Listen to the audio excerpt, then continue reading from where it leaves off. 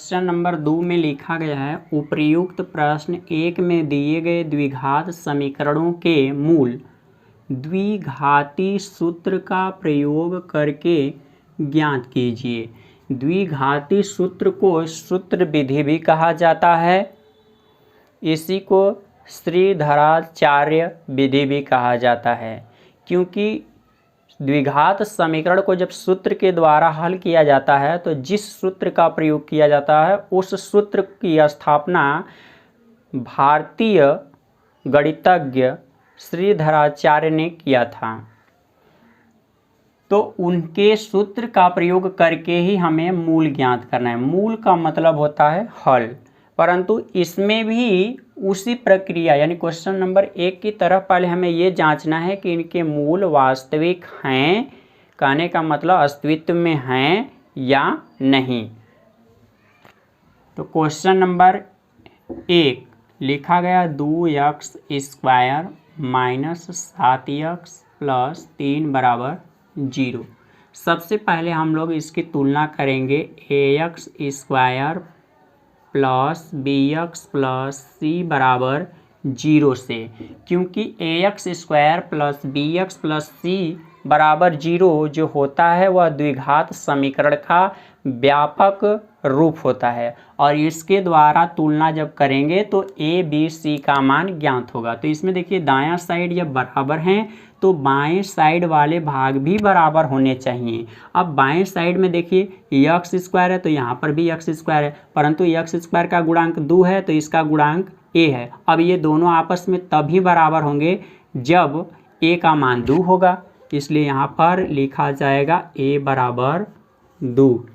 X है, यहाँ पर भी यक्स है, परंतु यक्स का गुणांक ऊपर वाले समीकरण में -7 है और नीचे वाले में +b है। इसका मतलब b का भी मान माइनस होगा, तभी तो दोनों संतुलित होंगे, मतलब बराबर होंगे। तो यहाँ लिखेंगे b बराबर -7 और c बराबर हो जाएगा 3। तो a b c का मान ज्ञात हो गया। अब इसकी सहायता से विविध कर ज्ञात किया जाएगा। तो d बराबर फार्मूला होता है b स्क्वायर माइनस 4ac।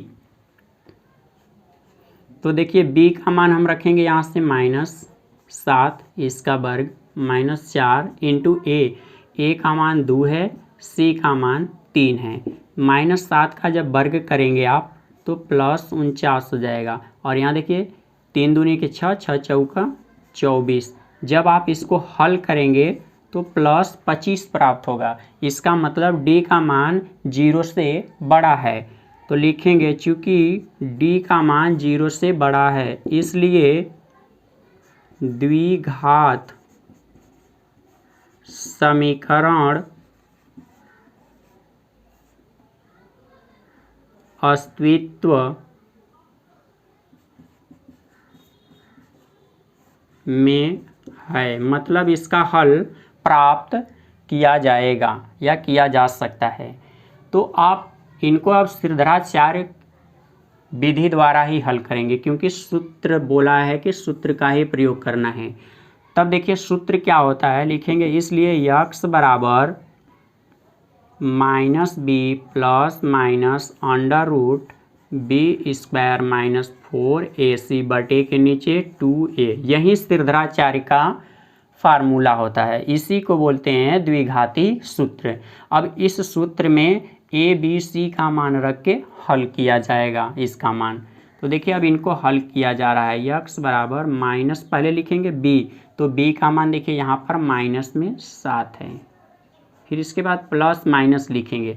देखिए ये b स्क्वायर माइनस 4ac है और आप देख रहे हैं कि b स्क्वायर माइनस 4ac को ही हल किए हैं तो क्या आंसर आया है 25। आप डायरेक्ट यहाँ पर लिख सकते हैं यहाँ पर 25, या तो आप इनमें मान रख कर भी हल कर सकते हैं। जैसे देखिए यहाँ पर मैं हल कर रहा हूँ, b के स्थान पे आप रखेंगे -7, इसका वर्ग हो जाएगा -4। a इंटू सी है तो a का मान देखिए यहाँ पर 2 है और c का मान 3 है, सभी के बटे में 2a, तो 2 लिख दिए। a का मान देखिए यहाँ पर 2 है।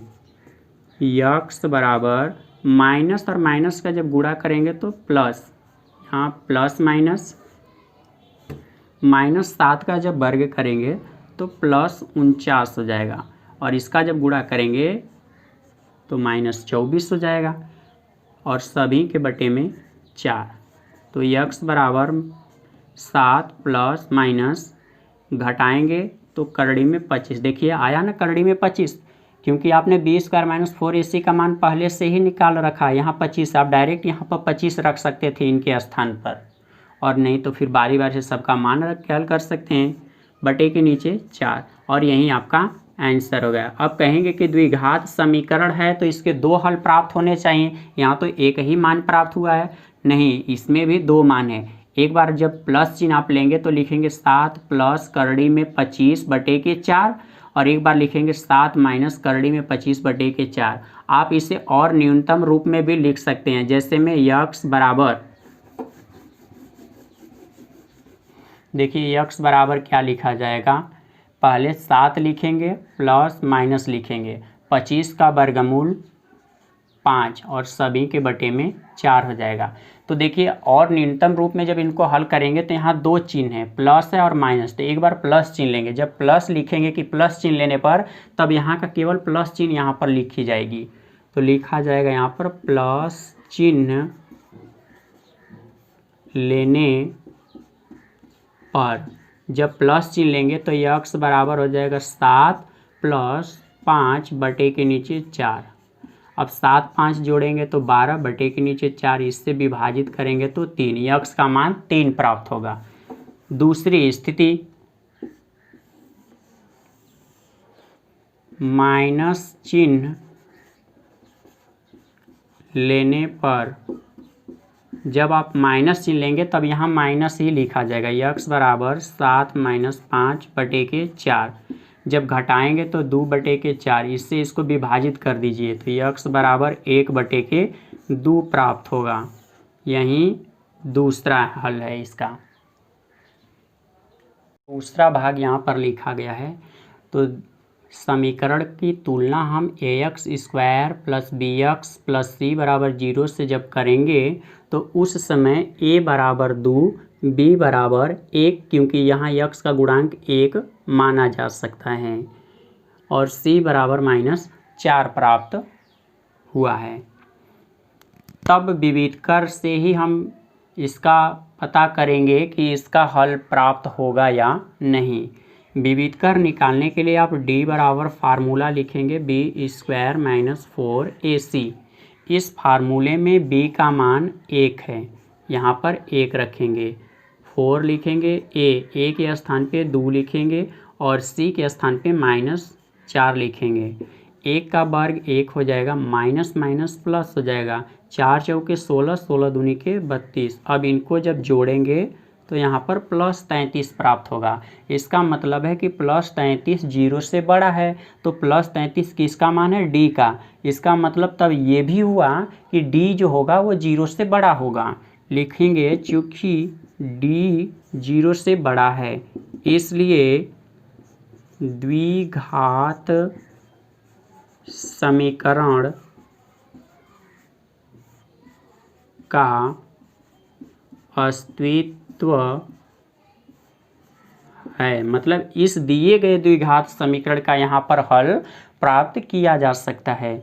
जब द्विघात समीकरण का अस्तित्व हमें मालूम हो गया कि इसका हल प्राप्त होगा, तब हमें फार्मूला लिखना होगा x बराबर -b plus minus √b² - 4ac बटे के नीचे 2a। ये फार्मूला हो गया। अब इस समीकरण में हम लोग मान रख के इसका हल प्राप्त करेंगे। तो देखिए सबसे पहले आपको b का मान रखना है, माइनस चिन्ह तो हो गया। b का मान देखिए यहाँ पर 1 है, 1 रख दिए, प्लस माइनस, देखिए ये सूत्र में लिखा गया b² - 4ac, जबकि आप इसका मान देखिए यहाँ पर प्राप्त कर चुके हैं। b² - 4ac का मान क्या है, 33। तो आप डायरेक्ट इसके स्थान पे 33 लिख सकते हैं, या तो इसको हटा के ये किसका मान होता है अंदर वाला, d का मान। तो आप यहाँ पर ऐसे भी लिख सकते हैं, देखिए यहाँ d लिख सकते हैं, क्योंकि आप यहाँ b² - 4ac के बदले में इसको प्रदर्शित कर रहे हैं। और d का मान देखिए यहाँ पर 33 भी लिख सकते हैं डायरेक्ट। पहले तो फार्मूला लिख लीजिए, हमने यहाँ पर फार्मूला लिखा।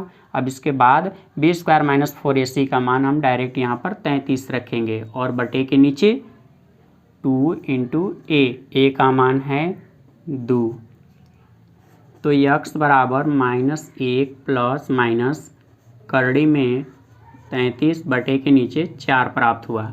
तो आप चाहेंगे तो यहाँ से प्लस माइनस चिन्ह लेके इन्हें अलग अलग भी लिख सकते हैं, क्योंकि बीच में देखिए यहाँ पर भी प्लस माइनस चिन्ह है। हम एक बार लिखेंगे यहाँ पर प्लस चिन्ह लेने पर, प्लस चिन्ह लेने पर जब आप प्लस चिन्ह लेंगे यहाँ पर तो यक्स बराबर, ये आगे वाले से मतलब नहीं होता, बीच वाले में का ही चिन्ह बस बदलता है, यानी -1 पहला वाला जो है वो उसी तरह रहेगा और बीच में जो प्लस है वो यहाँ पर लिया गया इसलिए प्लस लिखेंगे। करड़ी में 33 बटे के नीचे 4। आप चाहेंगे तो यहाँ से माइनस चिन्ह भी कॉमन कर, या तो उत्तर इतना ही लिख सकते हैं, या आप माइनस चिन्ह कॉमन कर लेंगे तो 1 अब प्लस में हो जाएगा और माइनस में हो जाएगा करड़ी में 33 और सभी के बटे में 4। एक हल इतना प्राप्त होगा। दूसरा, जब इसका हल प्राप्त करेंगे आप तो माइनस चिन्ह लेना पड़ेगा। लिखेंगे माइनस चिन्ह लेने पर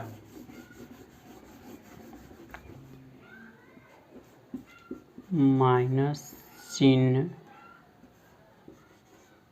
लेने पर जब माइनस चिन्ह लिखेंगे यहाँ पर तो यक्स बराबर -1 माइनस करड़ी में 33 और सभी के बटे में 4। देखिए इतना भी उत्तर आप लिख सकते हैं, या तो सभी जगह से आप माइनस चिन्ह कॉमन कर लीजिए। ऊपर देखिए माइनस, दोनों जगह पर माइनस जब कॉमन करेंगे तो यहाँ पर 1 माइनस है तो अब ये प्लस हो जाएगा करड़ी में 33 और सभी के बटे में 4। तो दूसरा हल इतना प्राप्त होगा और पहला हल यहाँ पर है। या तो दोनों को सम्मिलित मतलब एक साथ लिखना चाहेंगे तो वो आंसर यहाँ पर है। तीसरा भाग है, तो तीसरे भाग में हम लोग पहले ax square plus bx plus c बराबर 0 से तुलना करेंगे। तो देखिए यहाँ जब तुलना किया गया है तो a बराबर 4, b बराबर 4 करड़ी में 3, c बराबर 3 प्राप्त हुआ है। अब a b c की सहायता से हम लोग विविधकर का मान ज्ञात करेंगे और विविधकर जब मालूम हो जाएगा तो उसी के द्वारा हम ये पता करेंगे कि इस द्विघात समीकरण का हल प्राप्त होगा या नहीं। तो सबसे पहले हम लोग द्विघात समीकरण को हल करेंगे। d बराबर फार्मूला होता है b स्क्वायर माइनस 4ac। तो b का मान यहाँ पर रखा जाएगा 4 करड़ी में 3। अब इसका आप स्क्वायर कर देंगे, माइनस में 4 है इंटू a का मान भी 4 है और c का मान 3 है। देखिए 4 का जब स्क्वायर करेंगे तो 16 हो जाएगा और करड़ी में 3 का जब स्क्वायर करेंगे तो करड़ी कैंसिल हो जाएगी, 3 बचेगा, 16 तियाँ 48 हो जाएगा, माइनस 4 चौको 16 तियाँ 48। अब इनको जब हल करेंगे तो यहाँ पर 0 प्राप्त होगा। तो आप जानते हैं कि जब d का मान 0 प्राप्त होता है तब भी द्विघात समीकरण का मान ज्ञात किया जा सकता है या उसका अस्तित्व होता है। तो लिखेंगे यहाँ पर चूँकि d बराबर 0 है इसलिए द्विघात समीकरण का हल होगा। यहाँ पर ये भी लिख सकते हैं द्विघात समीकरण का अस्तित्व है।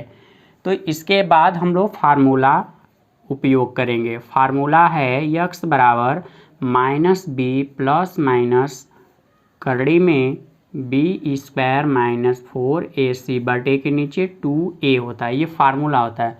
इस फार्मूले में a b c का मान रखना है। देखिए पहले माइनस था, b का मान यहाँ पर 4 करड़ी में 3 है, फिर इसके बाद प्लस माइनस करड़ी में, अब यहाँ पर देखिए b स्क्वायर माइनस 4ac है, जबकि b स्क्वायर माइनस 4ac का मान आप यहाँ देख रहे हैं क्या प्राप्त हुआ है 0। तो आप यहाँ √0 डायरेक्ट लिख सकते हैं, या तो आप उसका मान रखेंगे तब भी वही हल प्राप्त होगा 0 बटे के नीचे 2 गुणे a का मान यहाँ पर 4 है। तो यक्स बराबर हो जाएगा, से जब इनको हल करेंगे तो ये 0 समाप्त हो जाएगा और ऊपर अंश में बचेगा -4 करड़ी में 3 बटे के नीचे 2 गुणे 4। तो 4 से 4 भी कैंसिल हो जा रहा है यहाँ पर। अब यक्स का मान माइनस करड़ी में 3 बटे के 2 प्राप्त हो रहा है। आप जानते हैं कि यहाँ पर 2 घात है, इसलिए इसके 2 हल प्राप्त होने चाहिए, परंतु यहाँ पर एक आंसर प्राप्त हो रहा है। इसका मतलब है कि तब इस द्विघात समीकरण के दोनों मूल एक ही हैं, मतलब दोनों मूल आपस में बराबर हैं। तब लास्ट लाइन यहाँ पर लिखना पड़ेगा आपको, अतः दोनों मूल समान हैं।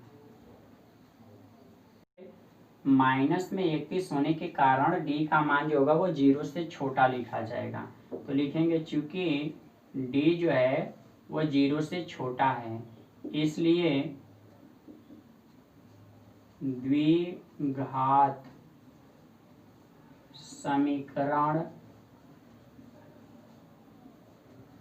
का अस्तित्व